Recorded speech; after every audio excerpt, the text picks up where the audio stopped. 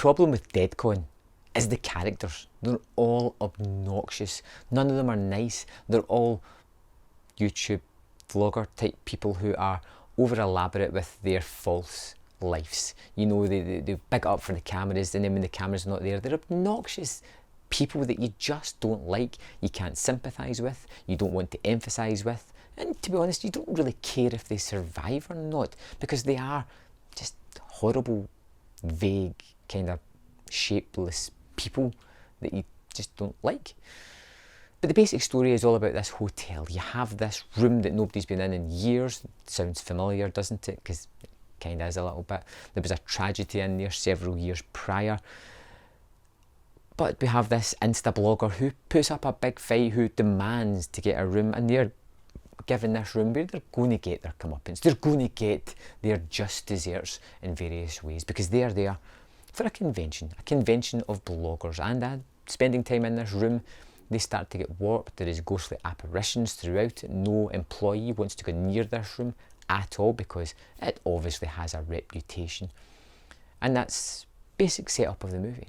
Now, other than the characters, whom I just didn't like any of them at all. None of them were endearing in any way, shape or form. They were either cheating, lying, false, or even false bravado in front of the camera, or just people who only talent was their looks.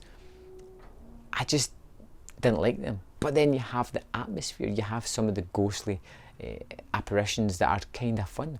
There is a moment where a guy's walking about a room and there is a ghost child jumping in the bed, and all you see is the bed going up and down. The effect isn't great, but it has that kind of hair in the back of the neck feeling. You get a couple who are lying in bed as this small boy materialises just next to them and watches them while they sleep. Fun images like this. There is possessions, there is violence, there is blood and guts, there is people kidnapped, there is this haunting image of a cloud of blood just floating down the hallway. But the rest of the movie lies on the shoulders of these people that I just do not like. The people that I cannot envisage ever liking. They're not people that I was attuned to at all. Maybe if there was someone in there, a PA who was a genuine nice person that was put upon, someone who you could have rooted for.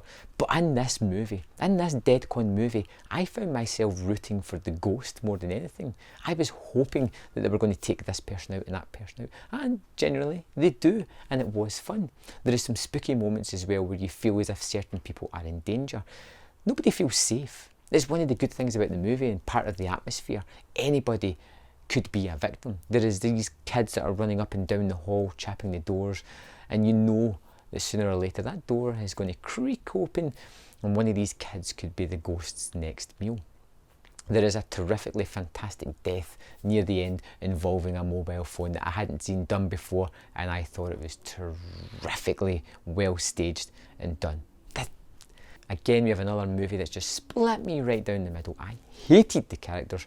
I loved some of the atmosphere that this created, but that's not enough to give it a pass mark. For me, Deadcon was dead on arrival, not something that I really enjoyed. It just wasn't there for me. There was no connection to the characters, and like I said, I rooted for the ghost more than anybody. I'd love to know your opinion of the movie. Let me know in the comment box below what you thought of Deadcon, and I will see you next time on Man vs. Film.